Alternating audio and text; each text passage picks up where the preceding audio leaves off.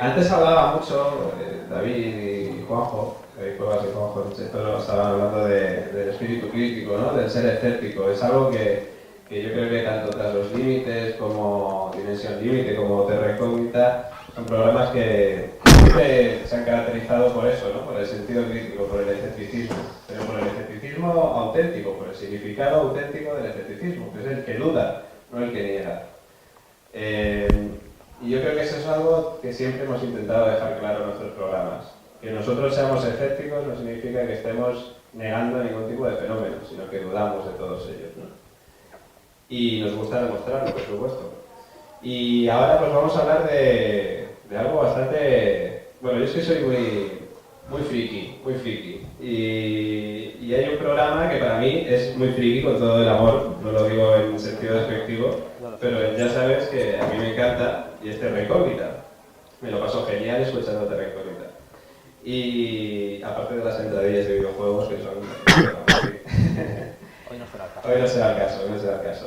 Pero bueno, tenemos ahora con nosotros pues, a Alex Barragán y a David García. Ambos dirigen el programa de Radio Terra Incógnita en Radio Despí.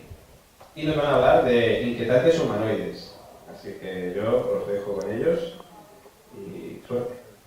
La semana pasada mi amigo recibió una llamada telefónica extraña de un ente, un espíritu, lo que fuera. Parecía saberlo todo.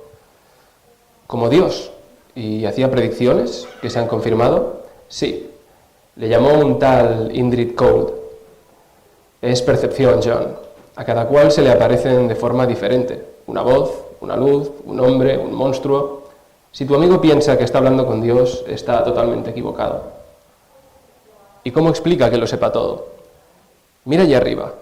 Si hubiera un accidente de tráfico a unas manzanas de aquí, es muy probable que lo viera el que limpia los cristales. Pero eso no significa que sea Dios, ni siquiera que sea más listo que nosotros. Lo que pasa es que desde donde está, puede ver un poco más lejos que nosotros. Creo que es evidente que estas entidades están más adelantadas que nosotros. ¿Por qué no se nos presentan y nos dicen lo que piensan?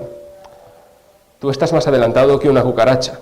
¿Has intentado alguna vez explicárselo a alguna de ellas?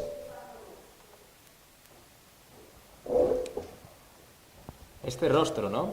¿Se me escucha bien? Sí. Este rostro que tanto terror nos ha causado a muchos y que si nos fijamos demasiado seguro que sigue causando. Este rostro que sirvió de portada para la mítica obra de Willy Strieber, Communion. Un rostro que no sé si se ajusta mucho, curiosamente, a lo que decía mi compañero Daniel, al símil con una cucaracha. En este sentido, siendo nosotros una cucaracha respecto a este ser superior. Tiene los ojos donde nosotros los tenemos, en este caso son ojos más grandes, completamente negros, oscuros. Donde nosotros tenemos la nariz, este ser tiene lo que parece pues simplemente dos orificios nasales, las fosas nasales, y la boca no la tiene encima de los ojos, la tiene precisamente donde nosotros la tenemos, aunque sea simplemente una línea negra sutilmente dibujada.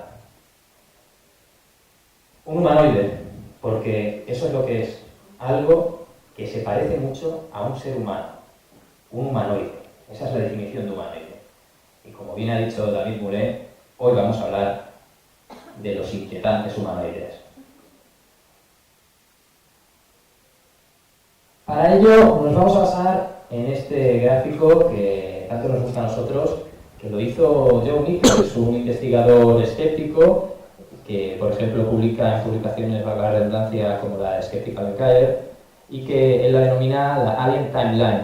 Y como podéis ver, esta recoge la gran mayoría de los varios tipos, aspectos, fenotipos que presentan estos humanoides a lo largo de los años, pero empezando, como no, en el año que lo empezó todo, al menos la edad moderna de la ufología, prefiero el año 1947. Y como veis ahí, en el gráfico, arriba de toda la izquierda, de lo primero que se nos habla es de los Little Green Men, de los hombrecillos verdes. Y hemos de decir que propiamente el concepto de hombre verde empezaría en una novela publicada por Harold Sherman en el año 1946, es decir, un año antes, y en ella se nos relata una novela que se llama El hombre verde, un visitante de dos mundos, de un hombre que viene del espacio, un hombre con una fisonomía totalmente normal, totalmente similar, igual a la nuestra, pero con la peculiaridad de ese color verde.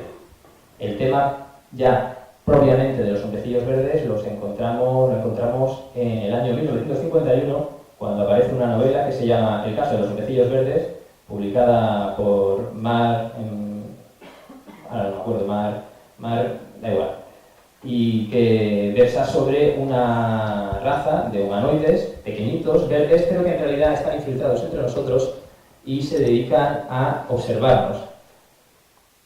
1947, en junio, el famoso avistamiento de Kenneth Arnold. En la primera semana de julio, sabéis que no está muy definido el día en el que propiamente se produjo el estrellamiento del ovni de Roswell. 1947, todo se pone de moda. Aparecen multitud de novelas, multitud de casos en los periódicos que nos hablan de ovnis que se estrellan, sobre todo en los Estados Unidos, como Daniel y yo dijimos una vez en el programa, en 1947, un mal año para pilotar platillos volantes, porque todos se estrellaban. Y curiosamente, en la gran mayoría de ellos, a partir de esa fecha, empezaron también a recuperarse cuerpos de hombrecillos. Y lo que generalmente se extendió es que estos hombrecillos eran verdes. Prueba de ello es que por aquel entonces, en el año 1948, se hizo famoso ese personaje de la Warner, que seguro que todos conocéis, que es el Marty de Martian. Pues también tiene su origen, todo esto de los humanoides. Pero rápidamente vemos el fenotipo, que el aspecto de estos seres pasan a ser pues algo más normal, ¿no? Pasamos de seres pequeñitos, verdes, de aspecto que recuerda al ser humano, pero con características que lo hacen completamente diferente, a unos seres más normales, más como nosotros, ¿no? Pues sí, así es. Se trata en este caso de unos seres que inaugurarían lo que muchos han querido llamar, y nosotros estamos de acuerdo en ello, en la época dorada de los contactados, ¿no? Habría que diferenciar, antes de empezar a explicar nada respecto a humanoides, que no todo testimonio es necesariamente una experiencia de contacto, ni no todo contacto es exactamente una experiencia de encuentro con humanoide. En relación un poco con lo que hablaban antes Cuevas y Juanjo, ¿no? Por ejemplo, mediums que son capaces de canalizar comunicaciones, por ejemplo, eso sería un caso de contacto, pero no un caso de encuentro con humanoide. Entonces aquí nos movemos en un universo que es muy ambiguo y que mezcla mucho lo que es la parte psicológica, la parte espiritual, con también lo que viene siendo la parte folclórica, ¿no? En relación que pueda tener, por ejemplo, con las obras de ficción del momento, que es una experiencia de retroalimentación. Es decir, como ocurría, por ejemplo, en la Edad Media con la literatura popular, ¿no?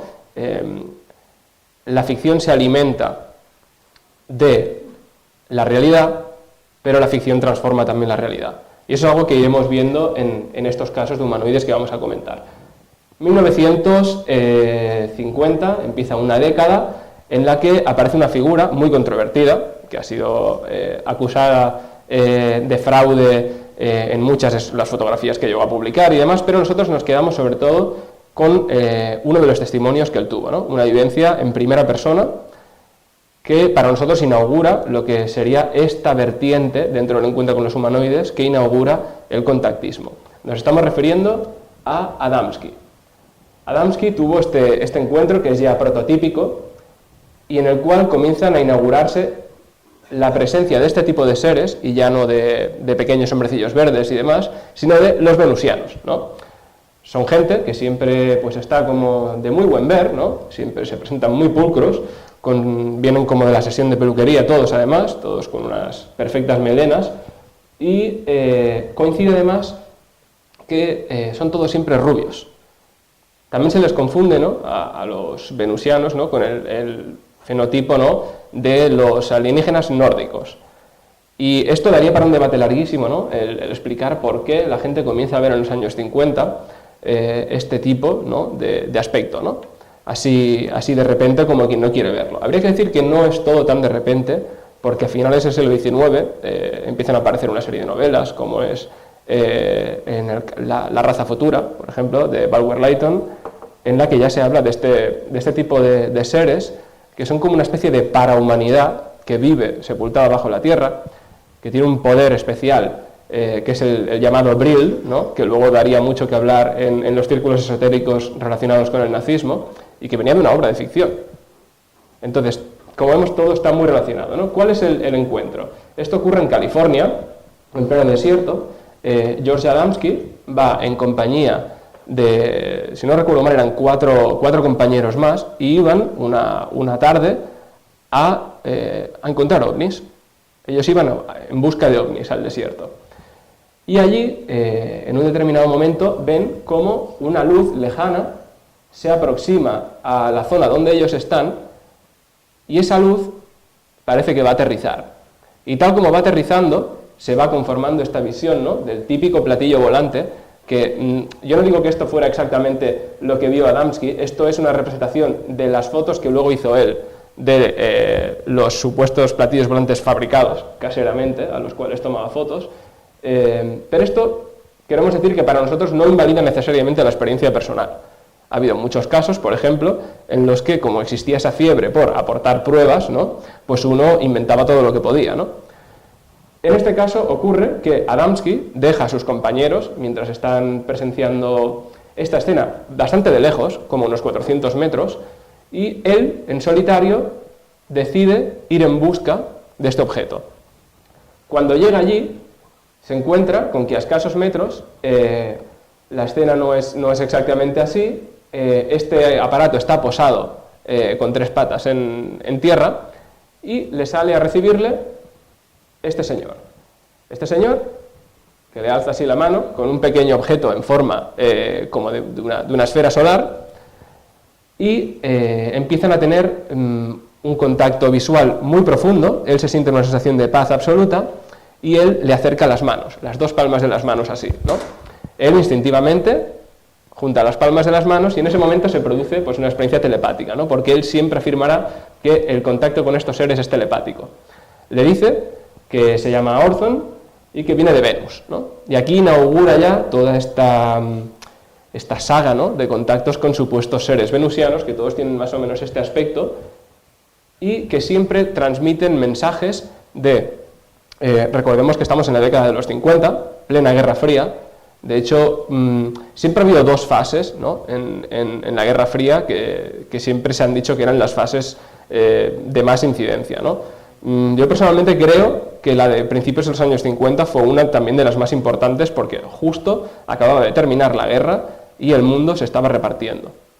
Y en ese momento había muchas tensiones militares, tanto en el bloque occidental y el bloque soviético, ¿no? Y los mensajes van siempre en la línea de que el mundo va por el mal camino, de que estamos próximos a un desastre nuclear si no cambiamos de mentalidad, y sobre todo en decir que tenemos que copiarles a ellos, ¿no? Porque ellos dicen que en Venus llevan una experiencia vital completamente ajena, digamos, a los deseos materiales, y que ellos llevan una vida espiritual, ¿no? Hay que decir que el caso de Adamski no sería el único. Esto, durante toda la década de los años 50, comienzan a surgir otras figuras, como por ejemplo otro también bastante famoso, que es Howard Menger, que afirma que tuvo contacto también con una mujer, que, entre otros seres, que provenía también del planeta Venus, le daba...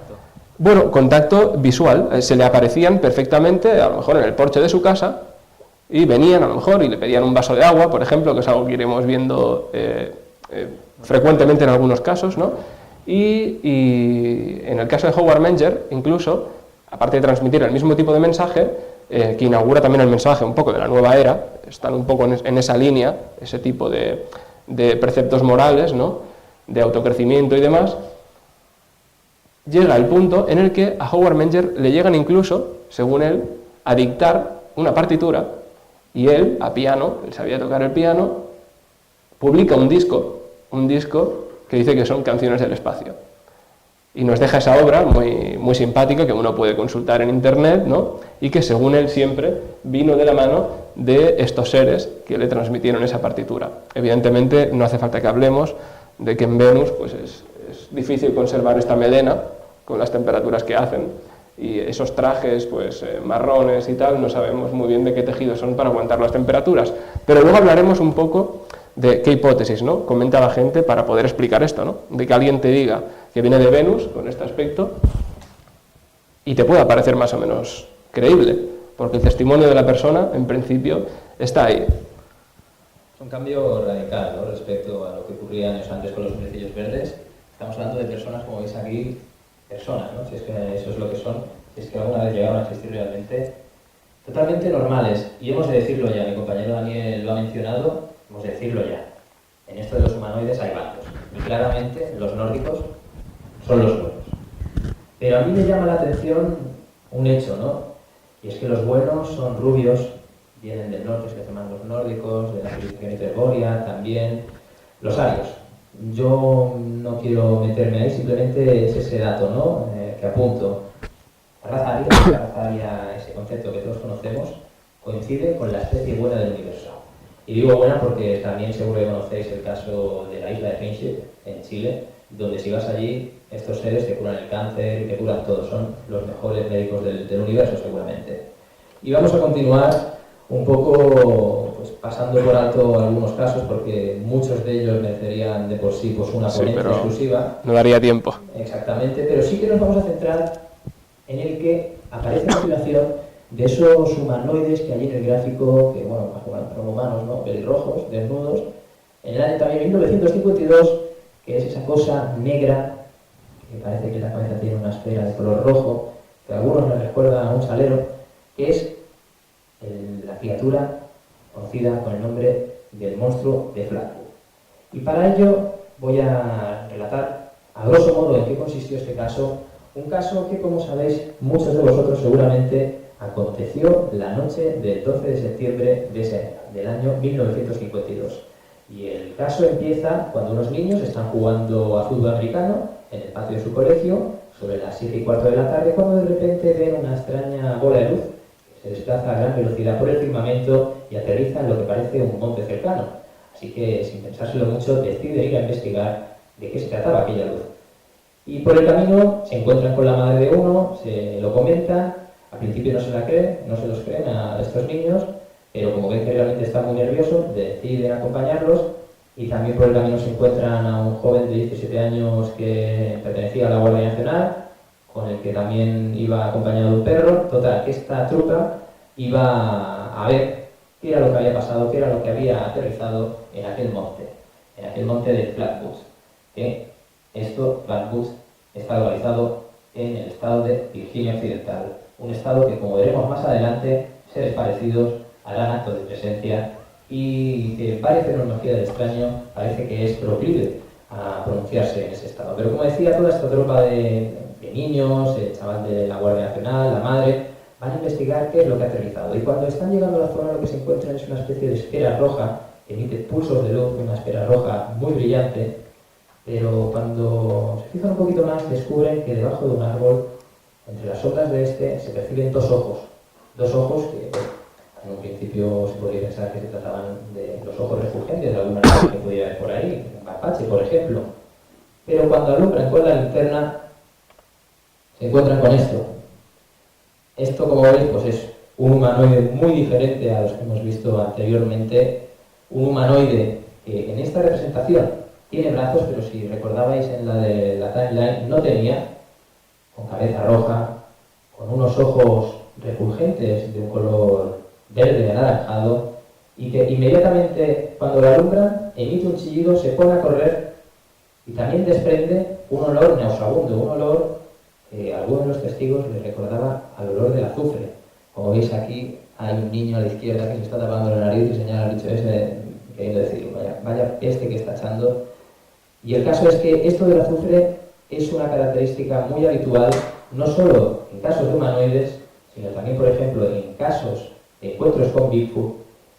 Como sabéis también, es muy famoso, ¿no?, el olor de George Bush, como decía aquel. El olor del demonio, ¿no? El olor del demonio siempre ha sido relacionado con el olor del azufre, ¿no? Así como también el de otras muchas criaturas preternaturales, féricas, hadas, duendes, gnomos, demonios. Esta es la frase famosa, ¿no? Ángeles ayer, extraterrestres hoy, demonios ayer, hadas ayer, extraterrestres hoy, bueno, el caso es que parecen compartir esa característica, ese olor. Este suceso, el del monstruo de Flatwood, termina, pues que el bicho se larga, emitiendo ese grito, todos se asustan muchísimo y después al día siguiente se presentan en la zona, descubren unas manchas y unas marcas en el terreno, dando a entender que aquella esfera que aquí se ve representada como un disco, ¿no?, con muchas ventanillas en una línea lateral, había aterrizado. Pero no me quiero extender más, como digo, simplemente apuntar que en ese año 52 una criatura, al que algunos testigos la describen con brazos, ahora volveremos a la timeline, veréis que no, eso también es una cosa que haremos hincapié después en ella, en cómo es que diferentes testigos de un mismo fenómeno lo describen de manera diferente, pudiendo coincidir, porque, por ejemplo, ¿no?, lo apunto allá, puestos a crear un fraude, intentaría, en este caso pues vemos aquí un grupo de 4 niños, en el caso real había más personas, intentarían todas estas personas que su testimonio coincidiera, para que nadie les pudiera rebatir, pero no, aún así cometen esas irregularidades o esas descripciones diferentes. Año 52, un monstruo de Flatbush, una criatura sin piernas que levitaba, que emitía chillidos, asociadas a un objeto volador no identificado, con unos grandes ojos de color verde anaranjado en West Virginia.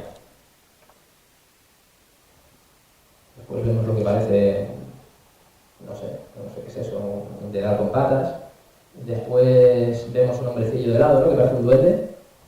Sí, parece un duende, y en relación justo con lo que comentabas, pues hace nada, escasos momentos, en relación a hadas, por ejemplo, gnomos, seres feéricos en general, hay un encuentro que a mí me llama muchísimo la atención, que es también de estos primeros años, ¿no?, de la ufología moderna, que es uno del año 54. Si os fijáis aquí, hay un señor que va, en este caso es el que está de frente, que va vestido como en plan muy victoriano, él, con su traje gris, su chaleco. Un poco principito. Sí, exacto, un poco principito, sí, con su capa y todo.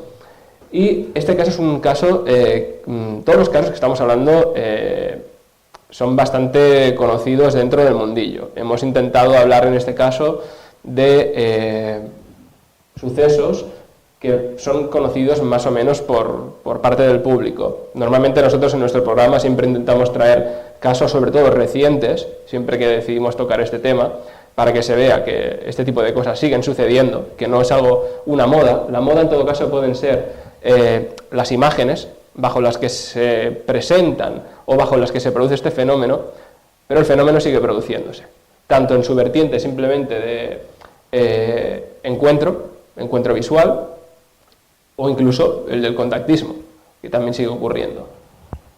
Nos vamos al año 54, como digo, ese personaje, en Italia, en este caso, y una señora, Rosa Lotti, pues está paseando por el campo y está de camino a su casa recogiendo unas flores. Ella va descalza, se ha quitado las medias y los zapatos, era una persona bastante pobre, con lo cual tenía que garantizar la durabilidad de esas prendas la mayor parte del tiempo que pudiera, entonces prefirió ir descalza. Y en un determinado momento, como en el caso también de Adamski y en el de casi todos los casos, que hay que decir que no siempre humanoide o encuentro con humanoide va ligado a fenómeno ovni, en los casos que hoy vamos a comentar, en la mayoría se produce, pero es que son casos más o menos antiguos. Es curioso que luego, si nos da tiempo, comentaremos más adelante que en los recientes el factor ovni cada vez pesa menos y los encuentros han pasado a ser de otro tipo. Solo de humanoides. En este caso, como digo, está la señora Lotti paseando por el campo, recogiendo unas flores, y ve una luz que parece no impactar, porque no cae con violencia, simplemente que baja con cierta velocidad, se adentra hacia el bosque y parece que ahí desaparece, la pierde de rastro. Se acerca para comprobar lo que hay allí y se encuentra con un objeto, que si quieres ponemos la imagen, es esta especie de rombo, en el cual difícilmente ni uno solo de los seres, pero ya no digo dos, podría caber, con lo cual no tiene sentido la hipótesis nave. Es simplemente un objeto que está ahí, que parece que tiene unos comandamentos dentro, y ella primero, antes de esta escena, se encuentra con el objeto. Ve este objeto, que que además está emitiendo como un zumbido extraño, como si fuera una maquinaria, una chatarra, vamos a decirlo así, una máquina de los años 50 que hace su ruido. Y bueno, se queda unos instantes mirando este objeto y misteriosamente, de la forma más teatral imaginable, estos dos seres surgen de detrás de este rombo. En ese momento no se les veía y surgen estos dos. Uno de ellos se le acerca. Ella afirma en todo momento que entre ellos hablan un idioma que le recuerda como el chino, más que nada por la sonoridad, ¿no? Utilizan mucho las L's, parecen no poder pronunciar el fonema de la R y demás, y bueno, le parecen, dice, unos seres muy simpáticos, ¿no? Y muy risueños, que no parecen ser agresivos, que simplemente son curiosos, están juguetones por haberse encontrado con ella. Evidentemente la estatura es pues muy bajita.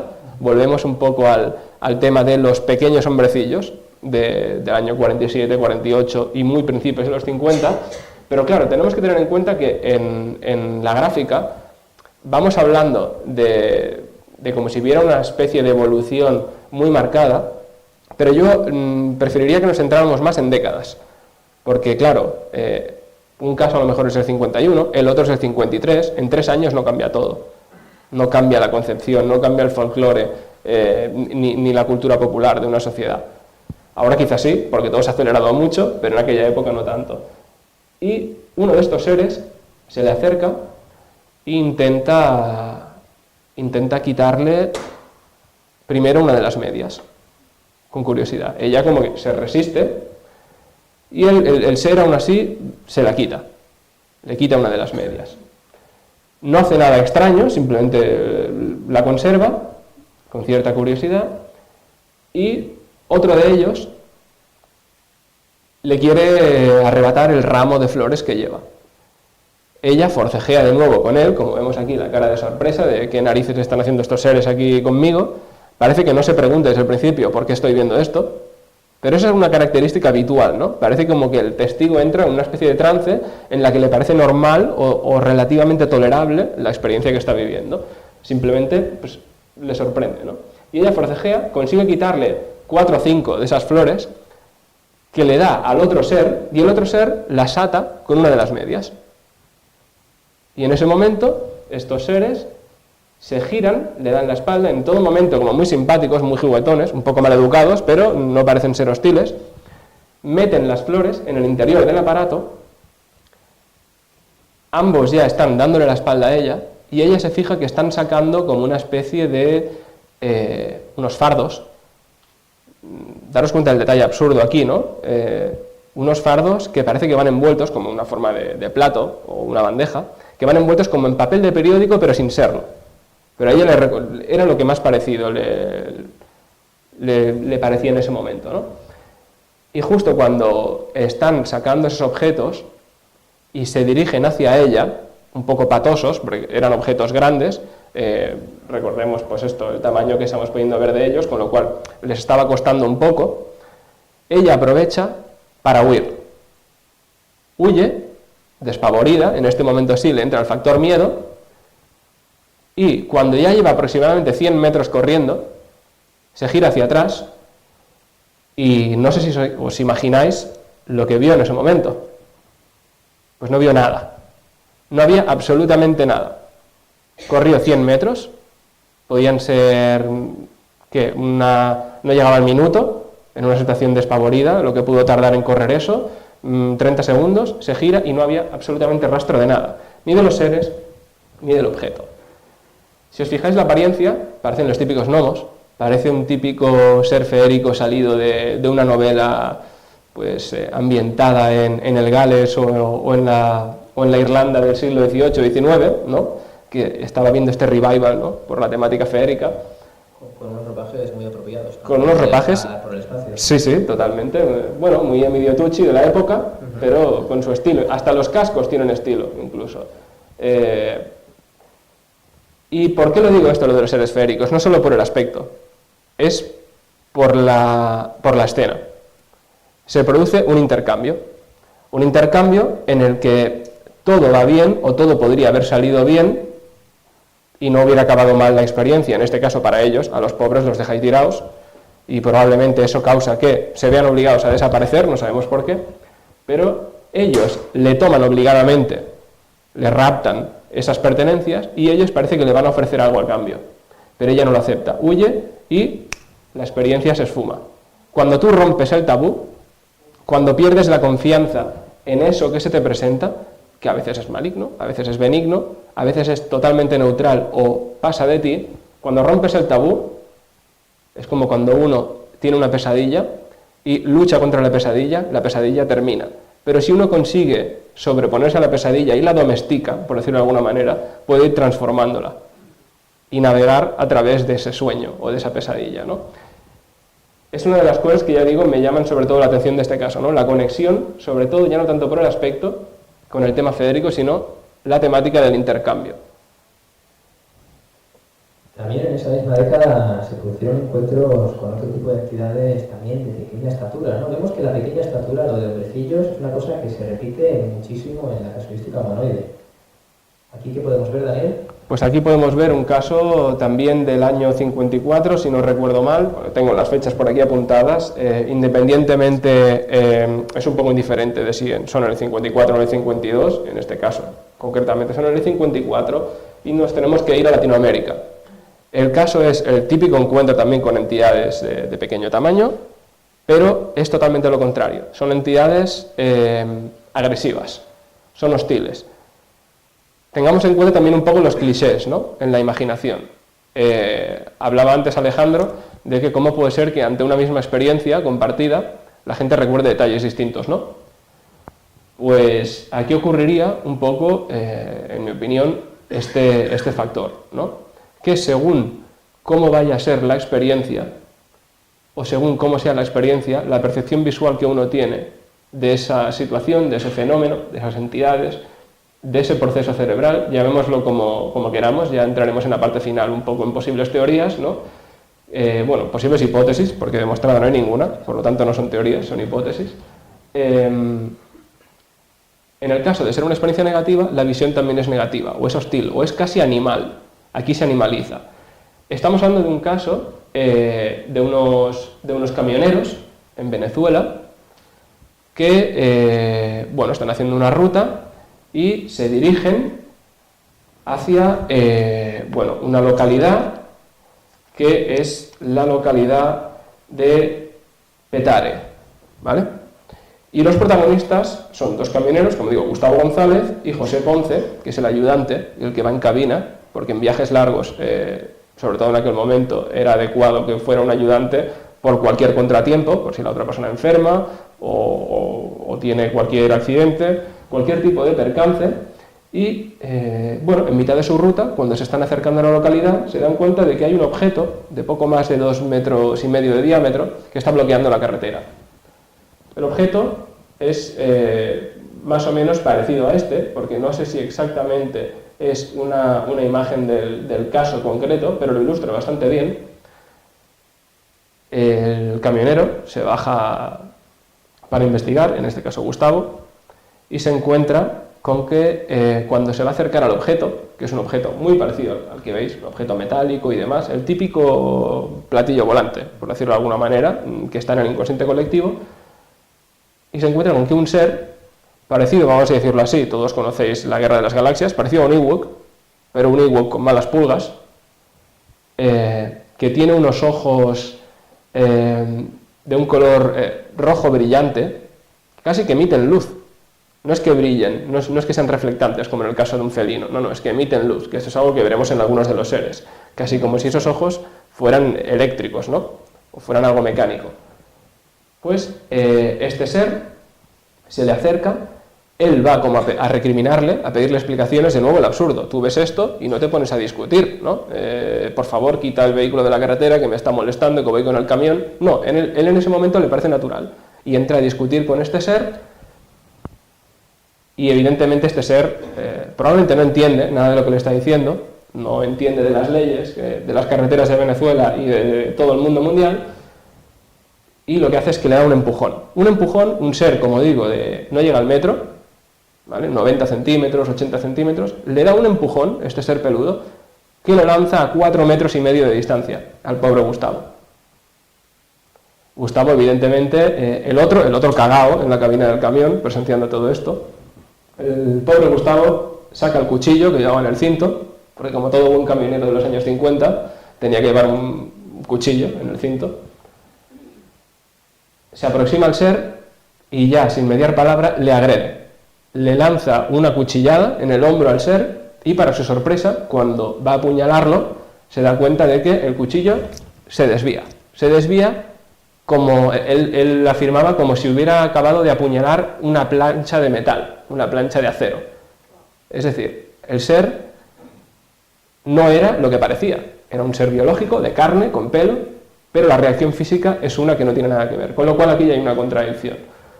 El ser parece que no se ensaña con él, sino que se gira.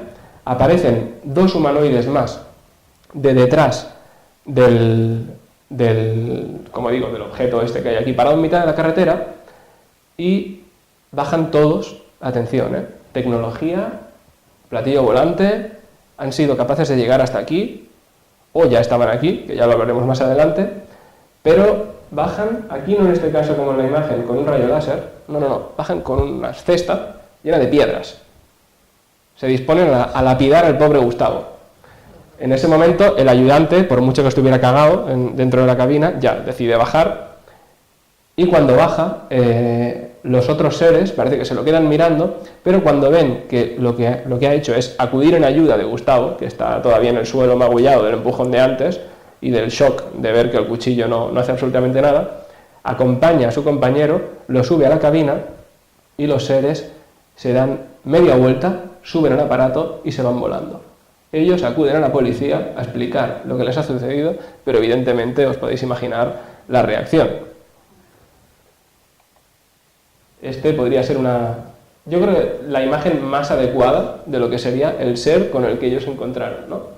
Imaginaros esto, te empuja, te tira 4,5 metros, con este aspecto, conduce con esas uñas, conduce sofisticados platillos volantes y te ataca con piedras. Curioso cuanto menos. Pero estas son las cosas que pasan en este universo forteano en el que vivimos, con el que la gente tiene encuentros pues que cuesta entender, ¿no? Desde venusianos hasta Ewoks, no sabría decirlo. Antes, Daniel, mencionabas el porqué. Quizás las personas que son testigos de un mismo fenómeno a priori lo describen de manera diferente. Si la experiencia es traumática, todos pueden que hayamos pasado por la desgracia de pasar por un fallecimiento de un familiar o una experiencia traumática, como digo, y la recordamos que nos faltan detalles. Y a veces nuestra mente intenta completarlos, pero sabemos que no son ciertos, porque tenemos tal shock encima que no somos capaces de comprender bien lo que estamos viendo. Nos vamos a dar un poquillo más de prisa, tenemos que agotar los casos. Sí. Año 1955, pero bueno, antes de llegar al año 1955 me gustaría pararme en ese humanoide que, como decía Daniel, pues parece un higo, parece un ET, no sé, al lado del hombrecillo. Al lado de este encontramos otro que porta una especie de linterna, de varilla, que como veis ahí en la imagen, emite un rayo de luz. Después ahondaremos más sobre ese detalle, ¿no? El de los instrumentos que portan estas criaturas. Y como digo, año 1955, acabamos ya la primera línea de este Alien Timeline, arriba del todo a la derecha, y allí vemos a un duende, a una criatura que recibe el nombre del duende de Kelly Hopkinsville. Y para ello nos vamos a ir a la noche del 21 de agosto de ese año, del año 1955, al condado de Kentucky, el estado de Kentucky, entre la localidad, entre la aldea de Kelly y el pueblo de Hopkinsville. Estados Unidos, Kentucky. Bueno, después veréis por qué digo esto. De repente una familia, la familia Sutton, se ve asediada por estos seres. Unos seres que recordaban a gnomos, con orejas puntiagudas, ojos también grandes y refulgentes, de un color de piel grisáceo casi plateado, que, como digo, se dedicaban a asediar, a molestar. ¿A qué habían venido allí? Nunca lo supieron. Esta pudo ser perfectamente una de las escenas que se produjeron durante aquel incidente. Imaginaos, estáis tan tranquilos en vuestra casa por la noche y os da por mirar por la ventana y descubrís que estáis rodeados por estas criaturas. Como dato curioso, Por eso decía, de Estados Unidos, aquí vemos al típico americano que, bueno, en este caso tampoco, ¿no? Pregunta antes de disparar, sí que preguntó, pero acabó disparando y, como en el caso anterior de mi compañero Daniel, de aquel Iwo que resistía a las puñaladas de un auténtico machete, estos seres también resistían los disparos. Es más, no parecía como si los recibieran, como si les impactaran. Unos seres que además se movían de una manera un poco errática, como si estuvieran atravesando un río, agua invisible, como si les costase caminar por nuestra realidad, y que sin ningún tipo de problema tenían la capacidad como si de acelerar la gravedad y levitar, y en menos de 2 minutos y sin hacer gran esfuerzo, sin notarse que realizaran un salto, pasaban de estar al suelo a estar en el tejado. Y como digo, esos seres resistían balazos. Son seres orgánicos, son seres materiales. ¿Hacían algo con la bala? ¿La desintegraban antes de que llegara a impactar? No lo sabemos. Pero, ¿cómo es posible que algo que estamos viendo, algo que aparentemente tiene una corporeidad, resista balas? ¿Puede que realmente no exista? ¿No esté delante de nosotros? ¿Solo esté en nuestra mente y por lo tanto las balas no la afecten? No lo sabemos. No lo sabemos. El caso es que las balas sí que llegaron a impactar en la fachada de la granja de los Sutton, y para siempre ellos quedaron marcados por estos individuos, los duendes de Kelly Hoskinville. Aquí tenemos a 3 descripciones de ellos, como vemos son un poquito diferentes, pero todos comparten ese mismo patrón, ¿no? De espaldas anchas, esos ojos a los lados de la cara, grandes, refulgentes y grandes orejas. Hay quien dice que son los 3 integrantes del programa Terra Incógnita, pero eso, de momento, no hay respuesta para ello. Y nos vamos ahora, cambiamos ya de línea, al año 1956. ¿Y qué pasó allí, Daniel, en el año 1956? Pues mira, ahora no sabría decirte si era en el 56 o exactamente en el 57, creo que fue en el 57, pero nos vamos a un encuentro que también inaugura otra casuística dentro de este fenómeno, del encuentro con este tipo de entidades. ¿Qué es la cuestión? Bueno, es un tema primigenio en la humanidad y ya tocaba, ¿no?, que saliera en esa timeline. Es el sexo. El sexo, una cuestión, como digo, primigenia. El sexo intergaláctico. El sexo intergaláctico, interracial también en este caso, evidentemente. Interespecial. Sería el caso famosamente conocido de Antonio Villas-Boas. Pobre Antonio. El pobre Antonio o no. La cuestión es que el pobre Antonio estaba pues un día estaba trabajando con su tractor en el campo. 23 añitos tenía. 23 años, y en aquel momento pues ya apuntaba maneras, ¿no?, para convertirse en el auténtico granjero de la familia cuando pues los padres ya fueran mayores, ¿no? ¿Qué ocurre? Que en determinado momento él se da cuenta que, es que lo presento como si fuera una novedad, y eso que ocurre siempre. Hay una luz, ¿no?, una luz que le llama mucho la atención, que baja, como digo siempre, a gran velocidad, pero sin violencia. No parece que vaya a impactar ahí como en el pobre año 47, ¿no?, que todos se estrellaban. Supongo que en este momento ya pues se aprendió un poco las leyes de vuelo en la atmósfera terrestre, que quizá no podían ir tan rápido porque se estrellaban. En este caso, él va en busca de esa luz, que ya está viendo, como siempre en todos los casos, que un objeto metálico en la forma clásica de platillo se acaba de parar en sus tierras, en las tierras de la familia, y pues va un poco a investigar qué es lo que ha ocurrido.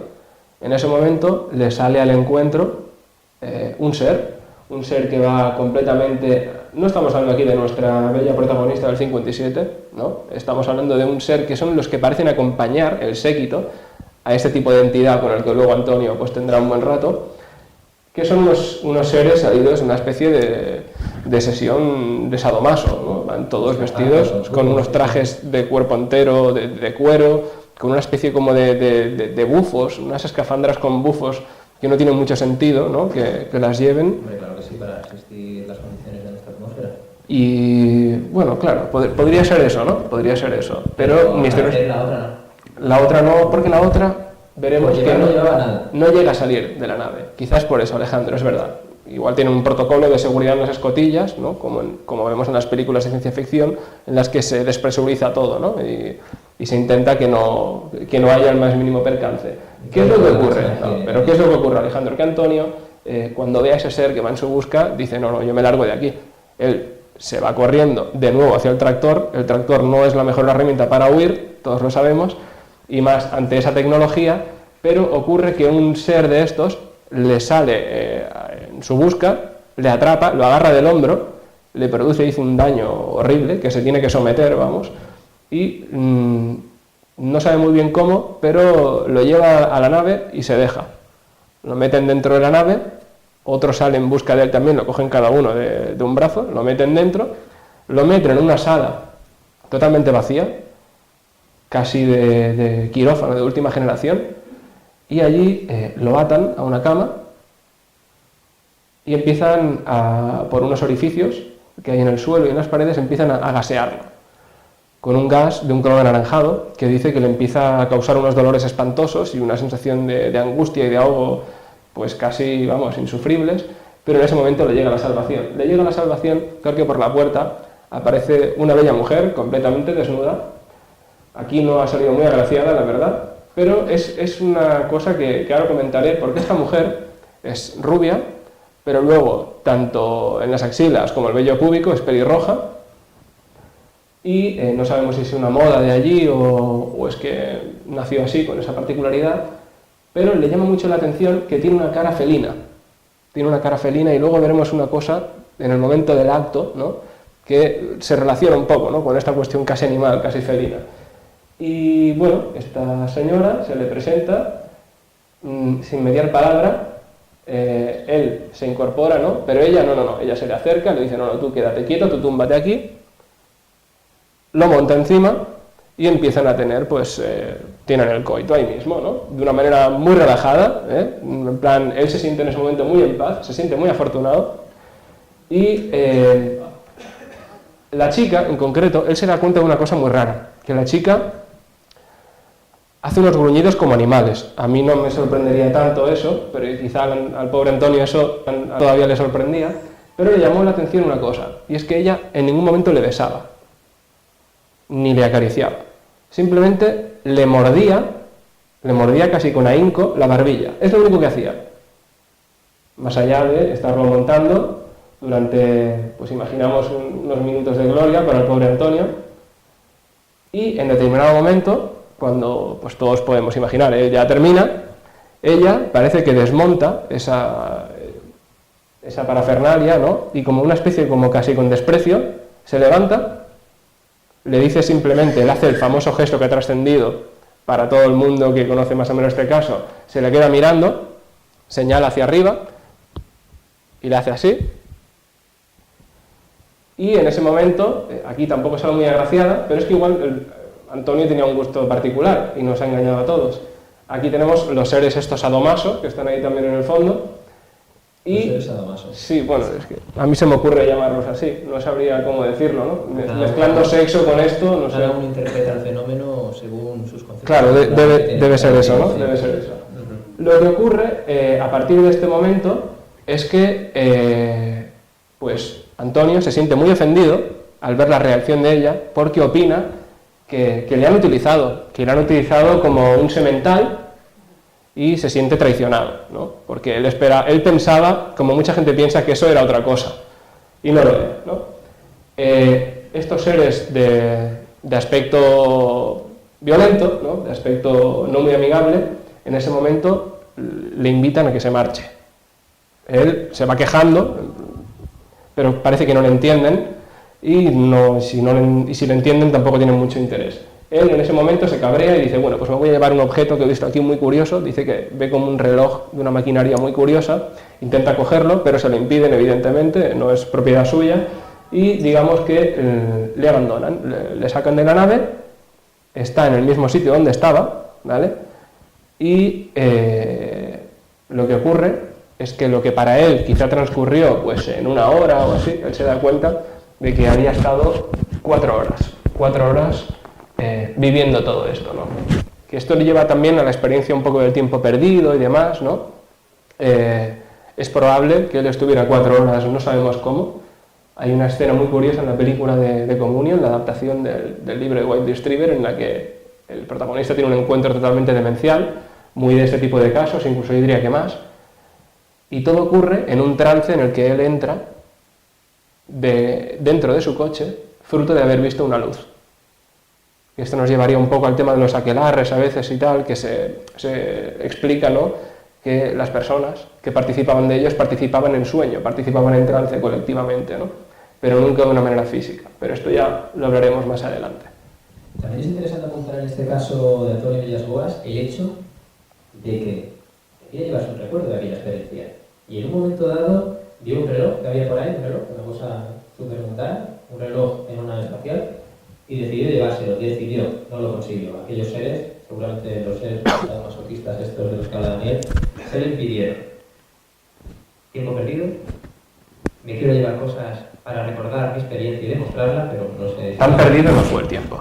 Bueno, duró poco, duró poco. Y fue totalmente utilizado, pobre actor. Bueno, pero no todo el mundo puede presumir de haber tenido esa experiencia con seres de otros mundos. Bueno, ahora veremos que sí, hay más de una persona ¿Sí? que puede decir lo mismo, sí. Pero como estaba diciendo, tiempo perdido, me quiero llevar un objeto para recordar mi experiencia, aunque ese objeto es un objeto muy montano. Esto es algo, una característica que también aparece en los relatos de encuentros con los seres del mundo mágico, con los seres feéricos, hadas, duendes y gnomos. Si nos paramos a leer la obra del escritor Walter Benz, una obra que se titula La fe en las hadas en los países célticos, una obra escrita en el año 1911, encontramos relatos, testimonios de varios siglos atrás que nos hablan precisamente de lo mismo, de personas que entran en contacto con otros seres diferentes a nosotros, se los llevan a un espacio que no conocen, en tiempos modernos son naves espaciales, en otros tiempos son como grutas, universos paralelos. Un detalle curioso en uno de esos relatos del libro es que el testigo puede ver un reloj con una inscripción que dice: el tiempo pasa más rápido de lo que crees. O es más tarde de lo que crees, realmente eso es lo que dice. Es más tarde de lo que realmente crees, dando a entender de que te está pasando el tiempo y no te estás enterando. Después, cuando salgas de la experiencia, vas a creer que han pasado 5 minutos cuando en realidad quizás han pasado 2 horas. Eso, como digo, antes del año 1911 y varios siglos atrás también. Si nos remontamos al siglo XVIII, como digo, como esos relatos que recoge la obra de Walter Benz, encontramos lo mismo. Tiempo perdido y esa insistencia por llevarse cosas del otro lado, aunque sean cosas completamente mundanas. Y como decía, también hay otras personas que al parecer han podido practicar el coito con seres de otros mundos. Bueno, excepto con reptilianos, a la orden del día, esto no quiero preguntar de dónde es.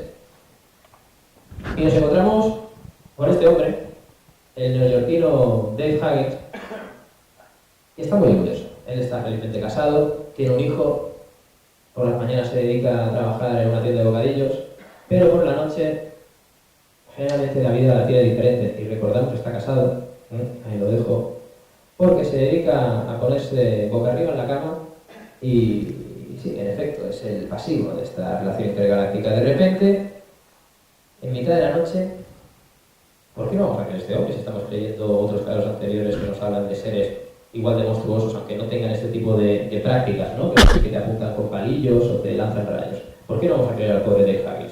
Pues como decía, este hombre tiene relaciones sexuales con muchas mujeres del espacio. Mujeres que, como veis aquí en la imagen, pues según él están muy buenas, muy buenas.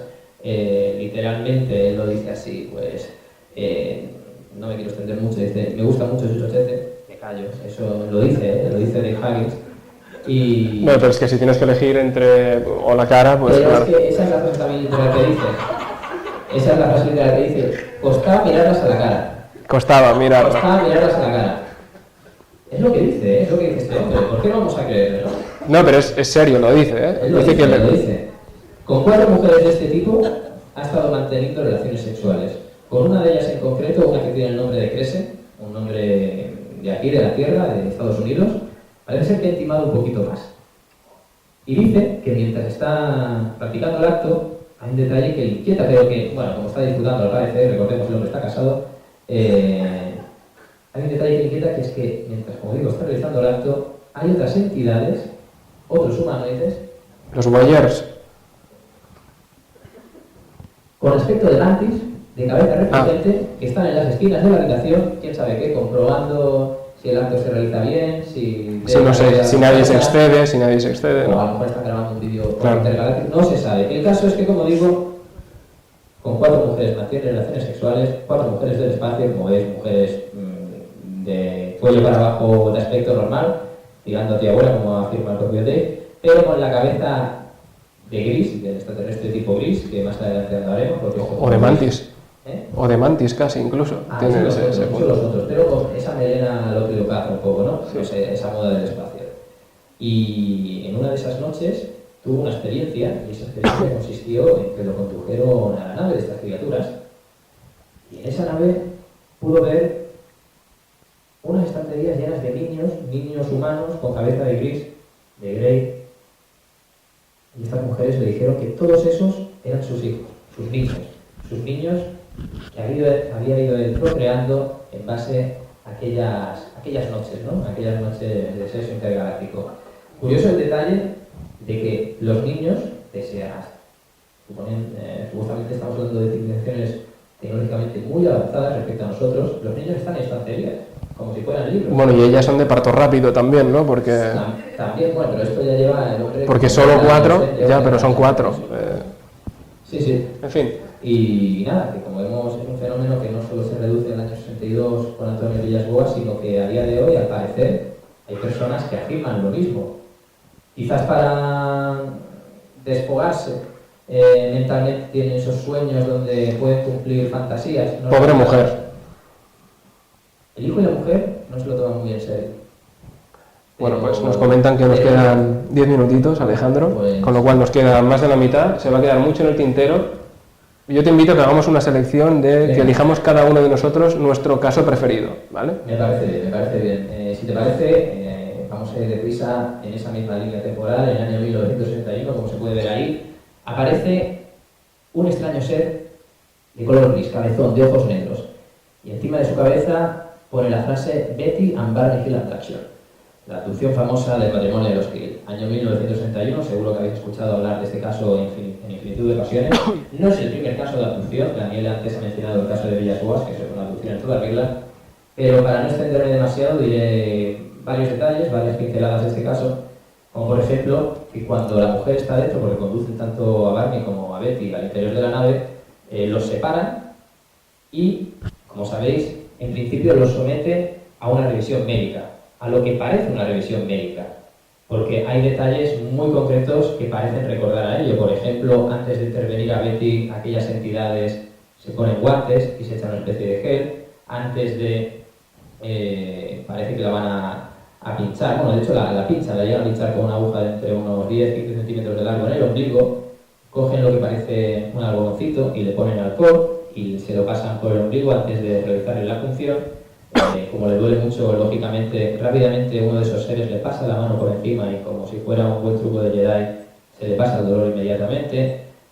Pero ella y su marido, pero sobre todo ella, pese a estar en una nave de otros mundos, con personas que no son personas, extraños, que los han raptado y que los están sometiendo a esa simulación, porque a mí me gusta llamarlo así, de exploración médica, está tan tranquila y de hecho se pone a hablar con esos seres como si fuera lo más normal del mundo sobre cualquier tema mundano. Como por ejemplo, de repente se pone a hablar con uno de estos seres al que ella denomina el líder y se da cuenta de que es un ser muy simpático, que le cae en gracia y que, para ir resumiendo, en esa conversación se cuela otro de estos seres que empieza a hablar con el líder en un idioma que no comprende la mujer, pero sí que escucha, a diferencia del que puede percibir cuando directamente le habla al líder. Y este ser le dice que al final que están muy preocupados porque al parecer en otra de las estancias de la nave espacial al marido se le salen con muchísima facilidad los dientes. Es una cosa que les tiene muy inquietados, pero que en cambio están viendo que a Betty les cuesta un poquito más. ¿Y cómo es eso posible? Y Betty, como digo, con toda la naturalidad del mundo, explica entre risas, pero ¿qué me estás diciendo? Pues claro, es que mi marido tiene dentadura postiza. A ver, Betty, están raptando unos seres de otros mundos, unos seres desconocidos, y haces broma con la dentadura de tu marido. Como decimos, esto es una característica común en muchos otros casos de humanoides donde, pese a lo absurdo, pese a lo imposible, pese a lo siniestro en muchos casos de estas presencias, una situación que es totalmente anormal, que a veces resulta hostil, tú estás con una sensación de paz, de relax, de tranquilidad, de normalidad, bastante importante. Otro caso que me gusta destacar, otra característica que me gusta destacar del incidente de los Hill, es que, bueno, primero, sobre todo este caso es famoso porque les hacen regresiones hipnóticas, ¿no? Pero estas regresiones hipnóticas se hacen en el año 64, cuando han pasado 3 años, pero a los pocos meses de producirse este incidente, que ocurrió en septiembre también del año 61, a los pocos meses, ya en noviembre, Betty recuerda en sueños cómo eran estos seres. Y los recuerda como calvos, efectivamente, con un aspecto como de persona asiática, pero, curioso detalle, ataviados con vestido, con traje y gorra que le recuerda mucho al de los marines estadounidenses de aquella época. Más adelante ya, cuando practican las sesiones de hipnosis con el Dr. Simons, hay un detalle curioso, y es que las descripciones de los dos, pese que en principio haber sido abducidos por los mismos seres, difieren completamente. Para Betty aquellos seres tenían ojos con pupilas humanas, un poquillo achinados, pero con pupilas, al fin y al cabo. Tenían la nariz muy grande, tenían una boca con unos labios azules y les caían simpáticos, ¿no? Barney lo pasó un poquito peor, según se puede ver en las imágenes de las regresiones hipnóticas. El chaval sufrió un poco más, le metieron un tubo por ahí, efectivamente, y lo recordaba quizás también porque él lo experimentó de una manera más traumática. Como decíamos antes, al experimentar un trauma, los detalles no nos son del todo claros. A Barney, como digo, estos seres le parecieron aún más siniestros de lo que le parecieron a su mujer. Los ojos ya eran completamente diferentes. Eran, bueno, esto es el matrimonio mixto también, por cierto, algo no tan usual en aquella época, en el año 1961. Y esta es la descripción que hace Barney del ser que le abdujo en el año 1924 tras las regresiones hipnóticas. Recordemos que Betty lo había descrito con unos ojos chinos, con pupila, y aquí también tiene pupila, pero Barney hizo incisión en que eran tan alargados que le llegaban hasta las sienes. Betty habló de que aquellos seres tenían una nariz muy larga, de hecho dijo que le recordaba la nariz de un actor famoso de aquellos tiempos, que era Jimmy Durante. En el caso de Barney no tenía nariz, solo esos 2 pequeños orificios que podéis ver ahí en la imagen, y el ser, a diferencia de su mujer, que decía que tenía unos labios carnosos, para Barney era simplemente una fina línea que apenas se movía cuando hablaba. ¿Por qué? Vieron 2 cosas diferentes cuando en principio es lo mismo.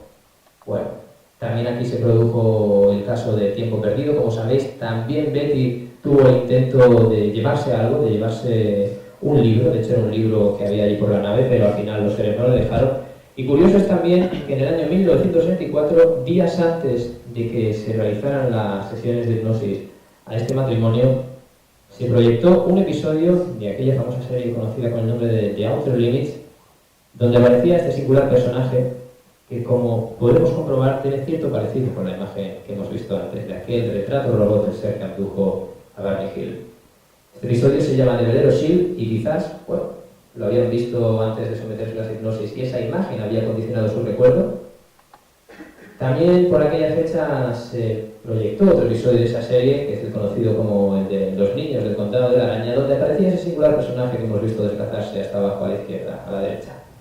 Un personaje que no es que recuerde mucho a los seres del matrimonio de los Hill, pero quizás sí que coincide con otros que veremos más adelante, como en el Mothman, que vamos a pasar por encima.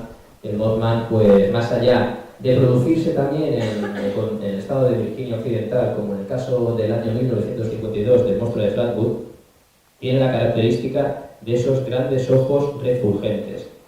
Pero para mí el caso del Mothman es el metacaso, ¿no? El caso más completo de todos, porque no solo incluye la presencia de esta criatura que, pese a tener alas, no volaba en ningún momento, parecía desplazarse como si levitara, como si fuera una especie de imagen holográfica. Como digo, había otros seres, otros fenómenos, como los hombres de negro, como profecías, como extrañas llamadas, extrañas suplantaciones de identidad, extrañas presencias doppelganger, podríamos decir. Un caso que daría, vamos, para una conferencia entera, porque es el caso que lo engloba todo. Todo. Y es un fenómeno que se produjo dilatadamente en el tiempo, duró un año, Sí. del 66 al 67. West Virginia, Point Pleasant, allí un conjunto de gente dijo encontrarse con todo este tipo de fenomenología. Y de la película que hicieron sobre este libro ya famoso de John Keel, que era el de las profecías del Mothman, sobre esa película hemos hecho la cita, ¿no?, con la que hemos comenzado esta ponencia, que nos parece que va en la línea, ¿no?, de cómo quizá deberíamos afrontar este tipo de fenomenología, ¿no?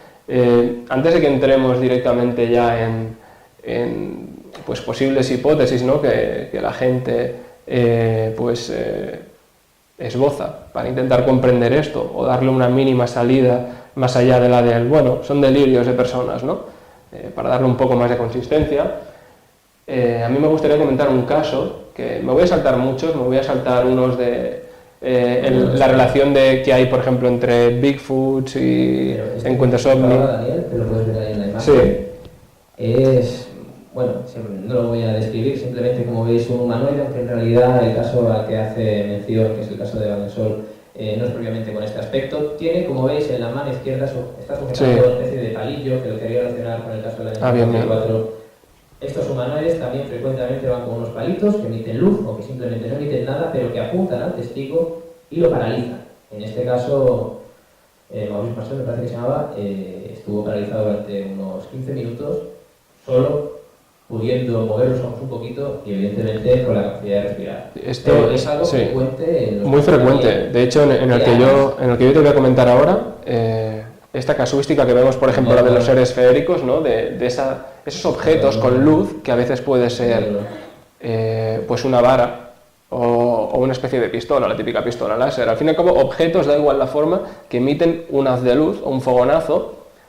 Puede ser también, por ejemplo, en las hebillas de los cinturones, que ocurren en muchos casos, por ejemplo, en este caso, que es del que quiero hablar, es un caso muy cortito y que yo creo que resume totalmente el absurdo, la inmediatez de una experiencia como estas, que cuesta un poco explicarlas muy rápido porque son muy complejas, ¿no? Pero la situación muchas veces ocurre en minutos, en un solo minuto, ¿no? Ese es el caso de un encuentro también bastante famoso, sobre todo en su momento, en la década de los 70. Esto ocurrió, si no recuerdo mal, en el año 71 o 73, no, en el 70, es el llamado encuentro de Injärvi, en Finlandia. Y allí los dos protagonistas... Del 70, sí, disculpa. Arro Heinonen y Esko Viljo están esquiando, ¿no?, en su tiempo libre, y ven, de nuevo, me salto la parte inicial, una luz que baja a cierta velocidad y demás, y según se les acerca, se dan cuenta de que lo que ven es esto. De nuevo, un platillo volante, todavía año 1970, luego más adelante la gente empezará a ver naves triangulares muy parecidas al bombardero B-12, si no recuerdo mal, es el B-12 o el B-22, pero el famoso bombardero americano este que es, le llaman invisible no porque es invisible, sino porque es invisible en los radares. El F-117 de Nighthawk. Exacto, sí.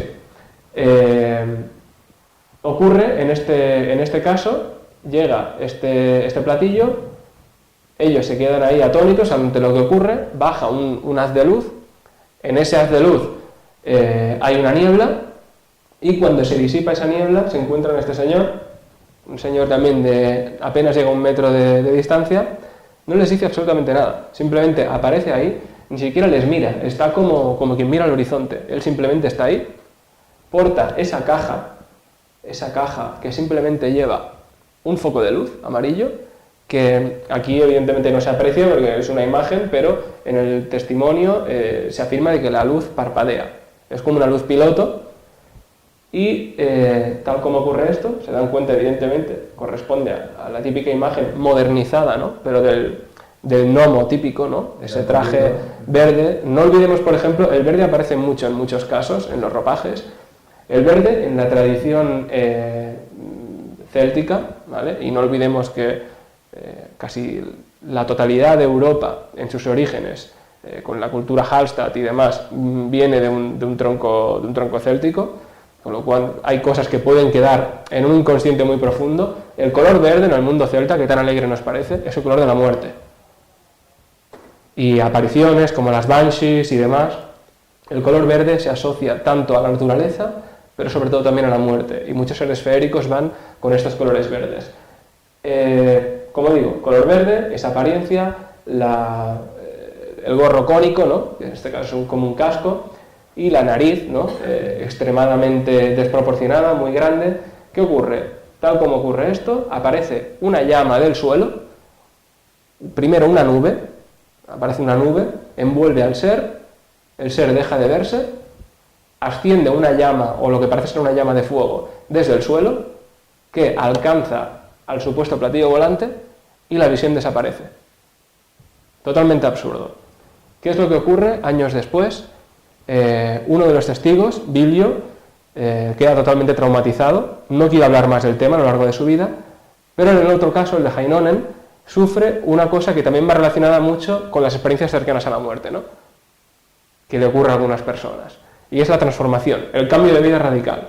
Aquí no se ha producido ningún contacto ni nada, pero él afirma que 2 años después de esto comienza a tener contacto con mujeres del espacio. Volvemos al tema de antes, ¿no? Como el amigo Dave Huggins. No sabemos si la cosa llega a tanto o no, pero tiene experiencias de contacto con estas mujeres y de nuevo son experiencias en la línea de Adamski, en la línea de Howard Menger, ¿no? Ese componente de nueva era, ¿no? Un mensaje totalmente distinto y además afirma que ha adquirido poderes y ahora se dedica a la sanación y a la evidencia. Un cambio de vida total. Pues claro, sí. Hacemos un repasito rápido.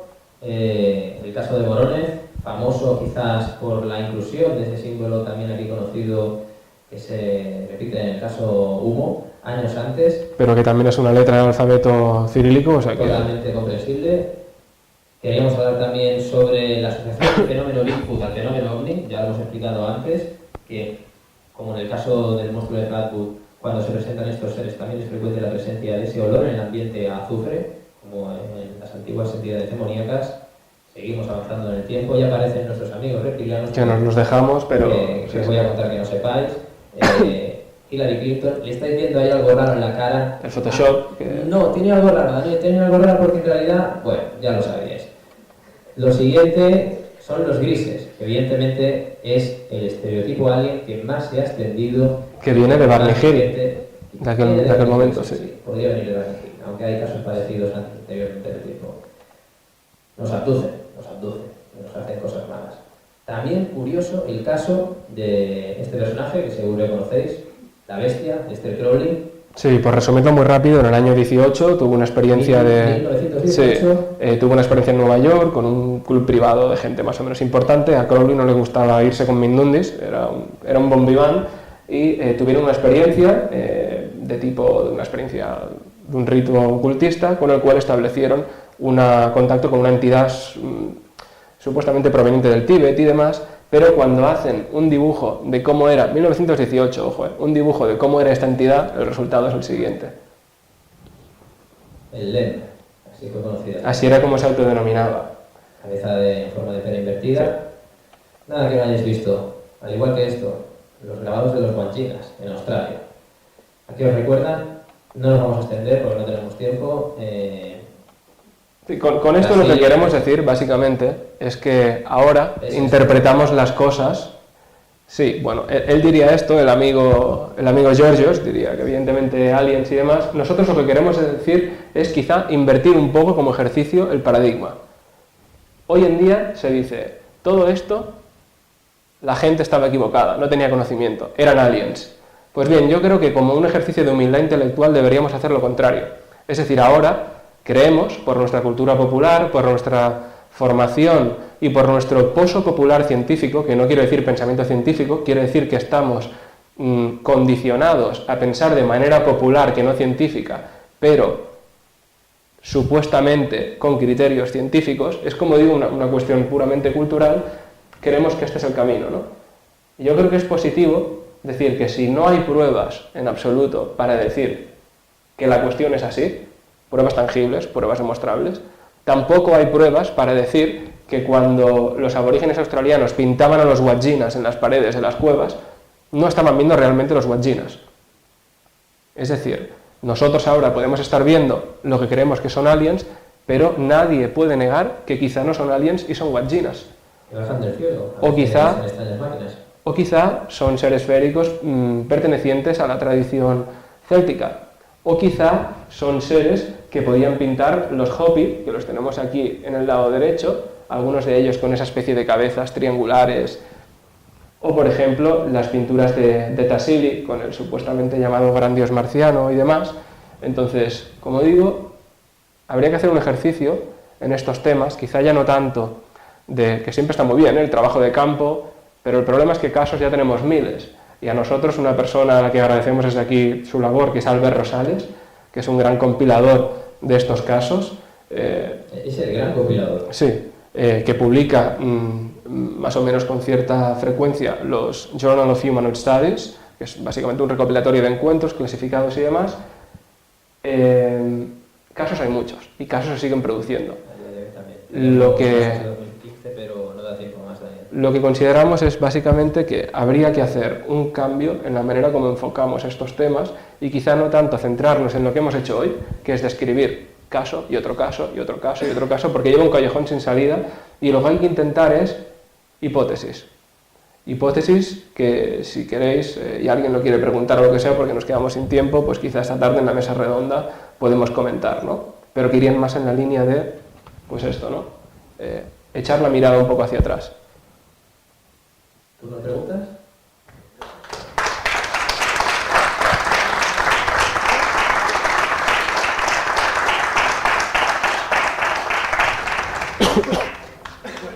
Enhorabuena a los dos por la ponencia. Yo estoy además personalmente muy contento de poder veros en persona, por fin. Es la primera vez, ¿eh? Sí, pero...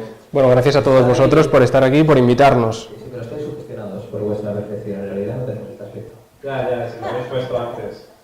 Bueno, ese es uno de ellos. Ese es uno de ellos. Que siempre es cambiante. Bueno, pues tenemos muy poco tiempo, pero si hay alguna pregunta que queráis hacer, si no ya sabéis que podéis dejarla en el buzón de sugerencias para la mesa redonda de esta tarde.